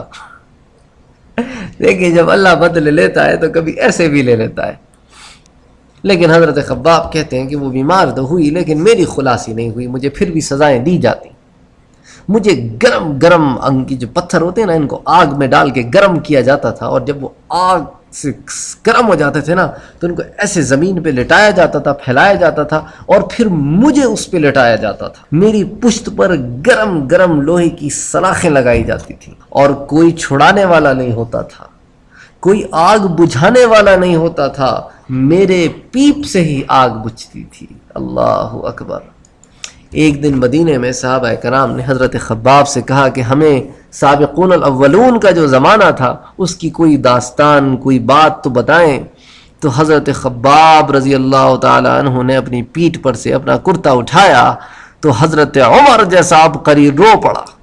کیوں رو پڑا؟ کیونکہ ایسے بڑے بڑے گڑھے تھے ان کی پیٹھ پر، ایسے بڑے بڑے گڑھے تھے کالے سیاہ، کہ جب ان کو انگاروں پر لٹاتے تھے نا تو ایسے پیٹھ میں سارے زخم ہو گئے تھے. پھر ان سے پیپ رستا تھا، اور پیپ رس رس کے اس کے بعد وہ سوکھتے تھے تو جلے کی وجہ سے ایسے گڑے پڑ گئے تھے۔ تو ایک دن اللہ کے رسول صلی اللہ علیہ وآلہ وسلم کعبے کی شیڈ میں بیٹھے تھے مکے میں، تو حضرت خباب آئے اور کہنے لگے اللہ کے رسول، اللہ سے آپ دعا کیوں نہیں کرتے؟ تو اللہ کے رسول کو جلال آ گیا۔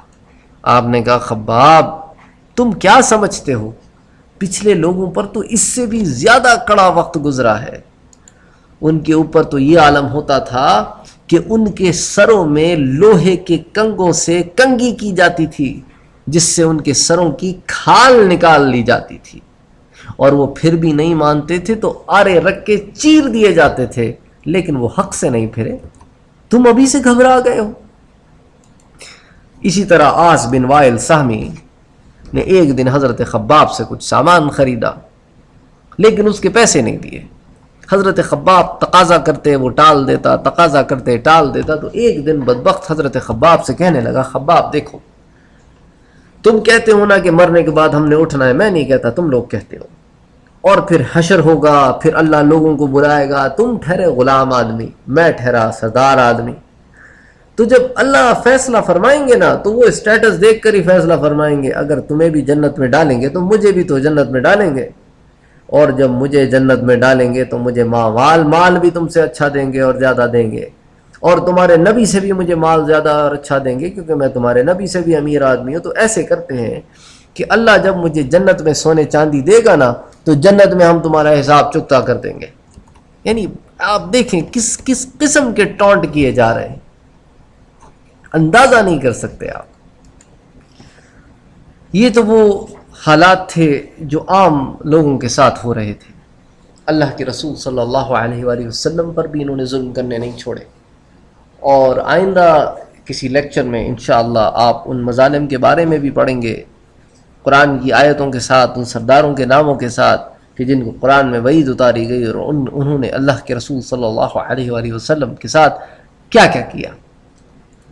اسی ضمن میں ایک واقعہ حضرت عثمان غنی رضی اللہ تعالی عنہ بیان کرتے ہیں۔ وہ کہتے ہیں کہ ایک روز حضرت طواف فرما رہے تھے، اس وقت آپ کا ہاتھ حضرت ابو بکر کے ہاتھ میں تھا، اور حجر اسود کے پاس 3 آدمی بیٹھے ہوئے تھے، ایک تو ان میں سے تھا عقبہ ابن ابی معیط، ایک تھا ابو جہل جو کہ عمر ابن ہشام ہے، اور تیسرا امیہ ابن خلف۔ جب حضرت حجر اسود کے پاس سے گزرے اور ان لوگوں کے قریب آئے تو ان تینوں نے اونچی آوازوں سے آپ کو باتیں کہنا شروع کی جس سے آپ کو تکلیف پہنچی، یہاں تک کہ آپ کے چہرے پر اس تکلیف کے آثار نمایاں ہونے شروع ہو گئے۔ حضرت عثمان کہتے ہیں کہ میں فوراً حضرت کے قریب پہنچا، اور آپ کی دوسری جانب، ایک طرف تو حضرت ابو بکر تھے نا، تو دوسری جانب میں آیا اور میں نے آپ کے دوسرے ہاتھ کو اپنے ہاتھ میں لیا، اور اس طرح ہم سارے طواف کرنے لگ گئے۔ پھر جب حضرت صلی اللہ علیہ وآلہ وسلم ان لوگوں کے پاس سے گزرے تو پھر انہوں نے وہی بات کی، اور ابو جہل نے تو اس دفعہ حد کر دی، اس نے کہا تم اگر ہمیں ان معبودوں کی عبادت کرنے سے روکتے رہے جن کو ہمارے باپ دادا پوچھتے آئے ہیں، تو جب تک دریائے صوفا میں پانی کا ایک قطرہ بھی باقی ہے ہم تم سے صلح نہیں کریں گے۔ یہ سن کر آپ نے فرمایا ابو جہل میرا بھی یہی حال ہے، اور آپ وہاں سے آگے بڑھ گئے۔ پھر آپ کے تیسرے پھیرے میں بھی انہوں نے ایسی ہی حرکت کی، یہاں تک کہ جب آپ چوتھے پھیرے میں ان کے قریب آئے تو ایک دم یہ سارے کھڑے ہوئے اور آپ کی طرف جھپٹے، اور ابو جہل نے تو ایک دم پکڑ کے آپ صلی اللہ علیہ وآلہ وسلم کی چادر پکڑ لی اور اس کو کھینچنے لگا۔ تو حضرت عثمان کہتے ہیں کہ میں نے اس کے سینے پر اتنی زور کا گھونسا مار کے اس کو پیچھے دھکیلا کہ وہ زمین پہ جا کر گرا۔ دوسری طرف حضرت ابو بکر نے امیہ ابن خلف کو دھکیلا، اور تیسری طرف خود حضرت صلی اللہ علیہ وآلہ وسلم نے عقبہ ابن ابی معیط کو ڈھکیلا۔ آخر یہ لوگ آپ کے پاس سے ہٹ گئے، لیکن آپ وہیں کھڑے رہے۔ پھر آپ نے فرمایا تم لوگ خدا کی قسم اس وقت تک نہیں روگے جب تک کہ خدا کی طرف سے اس کی سزا نہ بھگت لو۔ یعنی کہنے کا مقصد تھا کہ تم لوگ جلد ہی سزائیں بھگتو گے۔ حضرت عثمان فرماتے ہیں خدا کی قسم یہ الفاظ سننے تھے کہ تینوں کی تو حالت خراب ہوگی اور وہاں سے چلتے بنے۔ پھر حضرت نے فرمایا کہ تم لوگ اپنے نبی کے لیے بہت برے ثابت ہوئے۔ یہ فرما کر آپ اپنے گھر کی طرف لوٹ گئے اور ہم بھی آپ کے پیچھے پیچھے چلے۔ جب آپ اپنے مکان کے دروازے پر پہنچے تو اچانک آپ ہماری طرف مڑے اور فرمایا تم لوگ غم نہ کرو، کیونکہ اللہ عز و جل خود اپنے دین کو پھیلانے والا، اپنے کلمے کو پورا کرنے والا اور اپنے نبی کی مدد کرنے والا ہے۔ یہ لوگ جن کو تم دیکھ رہے ہو یہ وہ ہیں جن کو اللہ بہت جلد تمہارے ہاتھوں سے سزا دے گا۔ اسی طرح ایک اور واقعہ حضرت عروہ روایت کرتے ہیں، وہ کہتے ہیں کہ حضرت کے ساتھ ہماری سخت دشمنی تھی، اور ایک مرتبہ حضرت صلی اللہ علیہ وآلہ وسلم حرم میں آئے اور ہم سارے سردار بیٹھے تھے حرم کے قریب، اور بڑے بڑے معزز لوگ بیٹھے تھے، اور ہم حجر اسود کے پاس بیٹھے تھے، اور ہم یہ آپس میں باتیں کر رہے تھے کہ دیکھو اللہ کے رسول کے معاملے میں ہم نے جتنا صبر کیا نا آپس میں، خدا کی قسم اس سے پہلے کبھی کسی شخص پر ہم نے اتنا صبر نہیں کیا۔ یعنی ہم برداشت کیے جاتے ہیں اور آپ ہمارے معبودوں کو برا بھلا کہتے ہیں، ہمیں بیوقوف بتاتے ہیں۔ ابھی ہم یہ باتیں ہی کر رہے تھے کہ حضرت وہاں آئے، آپ چلتے ہوئے حجر اسود تک آئے اور آپ نے اس کو چھوا، اور اس کے بعد آپ طواف کرنے لگے۔ جب آپ طواف کے دوران ان لوگوں کے قریب سے گزرے تو انہوں نے آپ پر گھپتیاں کسیں اور آوازیں لگائیں، اور آپ کو ان کے الفاظ سے سخت تکلیف پہنچی، جس کا اثر آپ کے چہرے پر بھی ظاہر ہوا۔ آپ کے دوسرے اور تیسرے پھیرے میں انہوں نے یہی کیا۔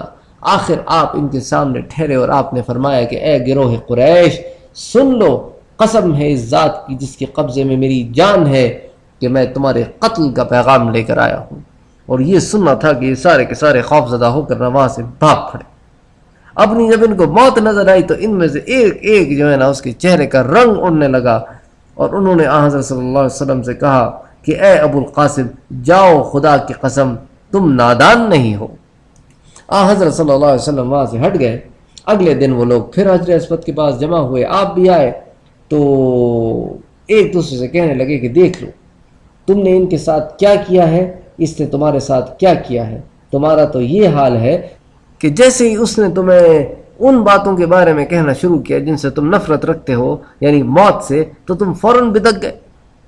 خبردار آج ان کو نہ چھوڑنا۔ ابھی وہ لوگ یہ باتیں ہی کر رہے تھے کہ حضرت صلی اللہ علیہ وسلم وہاں تشریف لائے، اور آپ کو دیکھتے ہی یہ سارے اچھل پڑے اور آپ کو انہوں نے چاروں طرف سے گھیر لیا، اور آپ صلی اللہ علیہ وسلم کو یہ کہتے جاتے کہ یہ تم ہی ہو جو فلاں فلاں بات کہتے ہو اور ہمارے معبودوں کو اور ہمارے دین کو برا بنا کہتے ہو۔ آپ نے فرمایا ہاں میں وہی ہوں جو یہ ساری باتیں کہتا ہے۔ یہ سن کر ان میں سے ایک شخص نے آپ کی چادر پکڑ کر آپ کو جھٹکا دیا۔ اس وقت حضرت ابو بکر صدیق رضی اللہ تعالی عنہ آپ کو بچانے کے لیے آگے بڑھے، اور روتے ہوئے انہوں نے وہی بات کہی، کیا تم اس شخص کو قتل کرنا چاہتے ہو جو یہ کہتا ہے کہ میرا رب اللہ ہے؟ کیا تقتلون رجلا ان یقول ربی اللہ، تم اس شخص کو قتل کرنا چاہتے ہو؟ اس کا جرم کیا ہے؟ وہ یہی کہتا ہے نا کہ صرف اللہ کی عبادت کرو، اور آپ کا یہ کہنا تھا کہ انہوں نے اللہ کے رسول کو تو چھوڑ دیا، اور حضرت ابو بکر صدیق رضی اللہ تعالی عنہ پر چڑھ دوڑے اور آپ کو مارنے لگے۔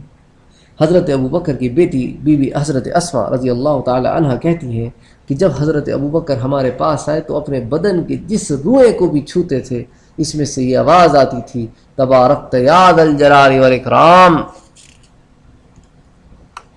اسی ضمن میں علماء ایک اور واقعہ نقل کرتے ہیں، وہ کہتے ہیں کہ ایک دن حضرت صلی اللہ علیہ وآلہ وسلم دار ارقم میں جمع ہوئے کہ تو حضرت ابو بکر نے کہا کہ حضرت صلی اللہ علیہ وآلہ وسلم، ہم چھپ کر اللہ کی عبادت کیوں کرتے ہیں؟ اب ہم ایک جماعت ہیں، اگر آپ حکم دیں تو ہم جا کے کعبۃ اللہ میں اللہ کی نماز ادا کریں۔ آپ نے کہا ابو بکر ہم ابھی بھی بہت تھوڑے ہیں۔ حضرت ابو بکر نے اصرار کیا، تو آخر حضرت صلی اللہ علیہ وآلہ وسلم نے اپنے تمام صحابہ کو حکم دیا کہ چلو آج مسجد الحرام میں نماز پڑھتے ہیں۔ تو وہاں حضرت ابو بکر نے کھڑے ہو کر لوگوں کے سامنے خطبہ دیا، تو یہ حضرت کے سوا پہلا آدمی تھا اصحاب رسول میں سے جس نے خطبہ دیا۔ خطبے میں حضرت ابو بکر نے لوگوں کو اللہ اور اس کے رسول کا کلمہ قبول کرنے کی دعوت دی۔ اس طرح حضرت ابو بکر اس امت میں پہلے آدمی ہیں، علماء لکھتے ہیں، جنہوں نے حضرت صلی اللہ علیہ وآلہ وسلم کے بعد مجمع میں کھڑے ہو کر تبلیغی تقریر فرمائی۔ اس پر مشرکین اتنے برہم ہوئے، اتنا غصے میں آئے کہ حضرت ابو بکر پر ٹوٹ پڑے اور آپ کو اتنا مارا، آپ کو لاتیں ماری، آپ کے پیٹ میں مارا، اور عقبہ ابن ربیعہ تو حضرت ابو بکر کو اپنے جوتوں سے مار رہا تھا، یعنی اپنی چپلوں سے، اور ان جوتوں میں نیچے نال لگے ہوئے تھے باضابطہ، اور اس نے حضرت ابو بکر کے چہرے پہ اتنا مارا کہ آپ کو لہو لہان کر دیا۔ اس وقت حضرت ابو بکر کے قبیلے کے لوگ یعنی بنو تیم کے لوگ آئے، اور ان کو دیکھتے ہی پھر مشرکین نے آپ کو چھوڑ دیا۔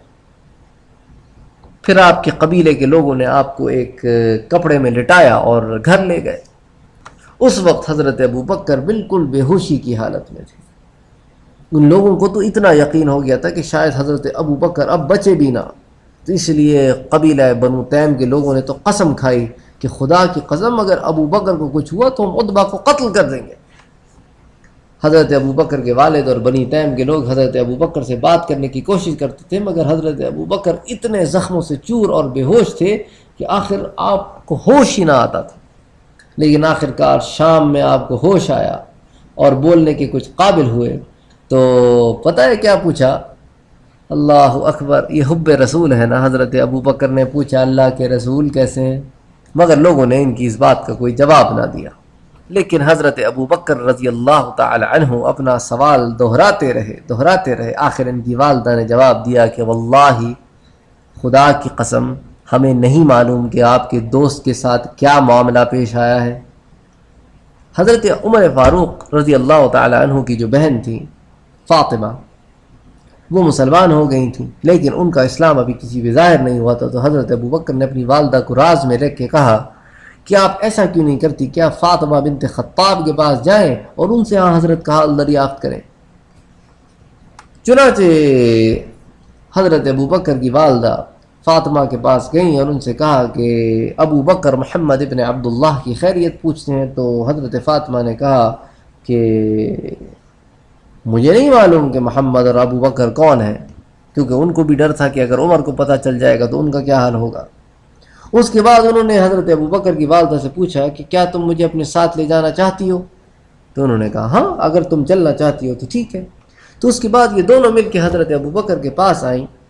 یا بی بی فاطمہ نے دیکھا، فاطمہ بنت خطاب نے دیکھا کہ حضرت ابو بکر زخموں سے برا حال ہے، تو وہ ایک دم چیخ اٹھی، جن لوگوں نے تمہارے ساتھ یہ معاملہ کیا ہے وہ یقیناً فاسق اور بدترین لوگ ہیں، مجھے یقین ہے کہ اللہ ان سے ضرور بدلہ لے گا۔ اب حضرت ابو بکر نے ان سے پوچھا کہ حضرت کا کیا حال ہے؟ تو اب بی بی فاطمہ تو مشرکوں کے سامنے اگر بولتی تو ان کا راز کھل جاتا۔ دونوں نے کہا یہاں تمہاری والدہ بھی موجود ہیں، تو حضرت ابو بکر نے کہا کہ یہ تمہارا راز ظاہر نہیں کریں گی، تم کہہ دو۔ تو تب بی بی فاطمہ نے کہا کہ اللہ کے رسول خیریت سے ہیں۔ لیکن حضرت ابو بکر نے کہا کہ اچھا اللہ کے رسول کہاں ہیں؟ تو بی بی فاطمہ نے کہا کہ اللہ کے رسول دار الارقم میں موجود ہیں۔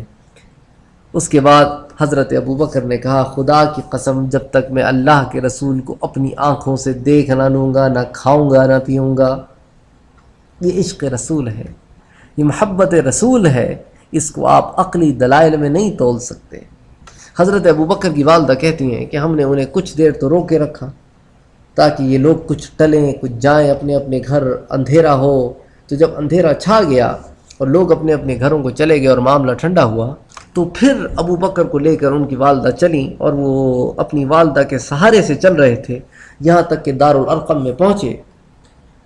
اور جو ہی حضرت کے پاس پہنچے اور آپ نے ابو بکر کو اس حال میں دیکھا تو آپ پر بے حد اثر ہوا، اور آپ نے بڑھ کر ابو بکر کو گلے لگایا، ان کو بوسہ دیا۔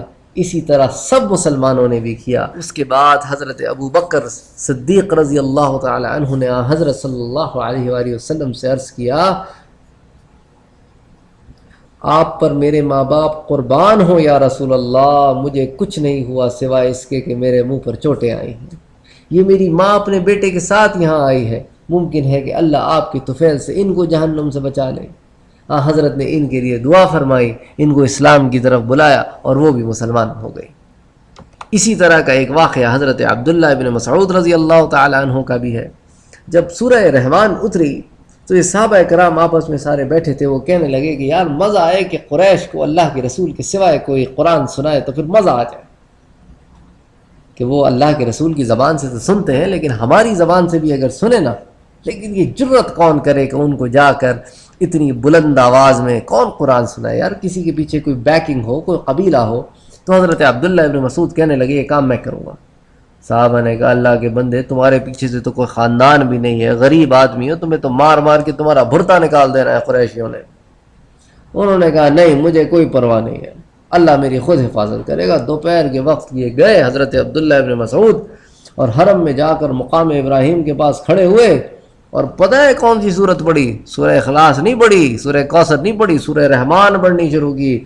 بسم اللہ الرحمن الرحیم، الرحمن علم القرآن خلق الانسان علمہ البیان۔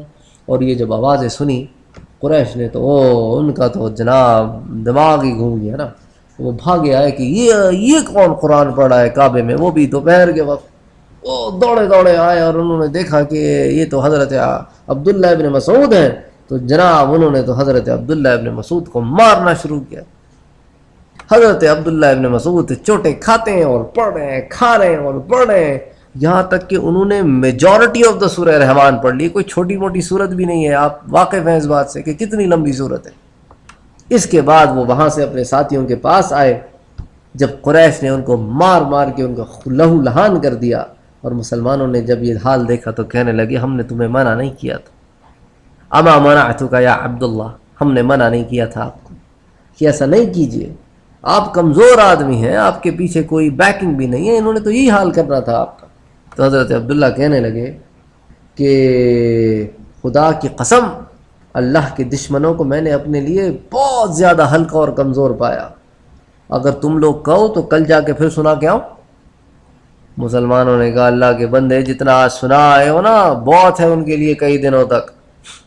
اور حضرت صلی اللہ علیہ وآلہ وسلم بھی جب بھی قرآن پڑھا کرتے حرم شریف میں تو مشرکین میں سے کچھ لوگ آپ کی دائیں جانب کھڑے ہو جاتے اور کچھ لوگ آپ کی بائیں جانب کھڑے ہو جاتے، اور پھر آپ کو پریشان کرنے اور بچلانے کے لیے بھی تالیاں بجاتے اور تالیاں پیٹتے اور سیٹیاں بجاتے، اور ساتھ یہ بھی کہتے جاتے کہ یہ کلام مت سنو، یہ کلام مت سنو، اس طرح بار بار بول کر آپ کو پڑھنے سے روکتے۔ اور اگر کوئی سننا چاہتا بھی تو وہ ڈر کے نہیں سنتا تھا کہ پتہ نہیں اس کا کیا حشر کریں گے۔ تو غرض آپ کو بہت تنگ کرتے، آپ سے عجیب و غریب سی فرمائشیں کرتے کہ اچھا ایسے کرو کہ چاند کو 2 ٹکڑے کر دو، اچھا ایسے کرو کہ مکے میں جو ہے نا وہ ندی نالے دریا بہا دو، اس کو زرخیز کر دو، اچھا ایسے کرو کہ اپنے لیے سونے کے بڑے بڑے پہاڑ لے کے آؤ، اچھا ایسے کرو کہ آسمان پہ سوئی لگا کے چڑھ جاؤ، اچھا ایسے کرو کہ اپنے ساتھ 2 فرشتے آسمان سے لے کے آؤ، اچھا ایسے کرو کہ آسمان سے کتاب بھی لے کے آؤ، نہیں اچھا ایسے کرو کہ آسمان سے کتاب بھی لاؤ اور ساتھ خدا کو بھی گواہ بنا کے لاؤ۔ یعنی اللہ ان کی حال پہ رحم فرمائے کہ انہوں نے اتنا تنگ کیا کہ کوئی آدمی سوچ نہیں سکتا کتنا تنگ کیا ان بدبختوں نے، وہ بھی اللہ کے رسول کو۔ اور انشاءاللہ قریش کے مظالم کے باب میں آپ کچھ اور واقعات پڑھیں گے ضمن میں، اور انشاءاللہ اگلی نشست میں ہم حضرت حمزہ رضی اللہ تعالی عنہ کے اسلام قبول کرنے کے واقعے کو ڈسکس کریں گے۔ وما علینا الا البلاغ، اللہم صل علی سیدنا محمد وعلی آلہ وصحبہ وبارک وسلم وصلوا علیہ وسلم تسلیما۔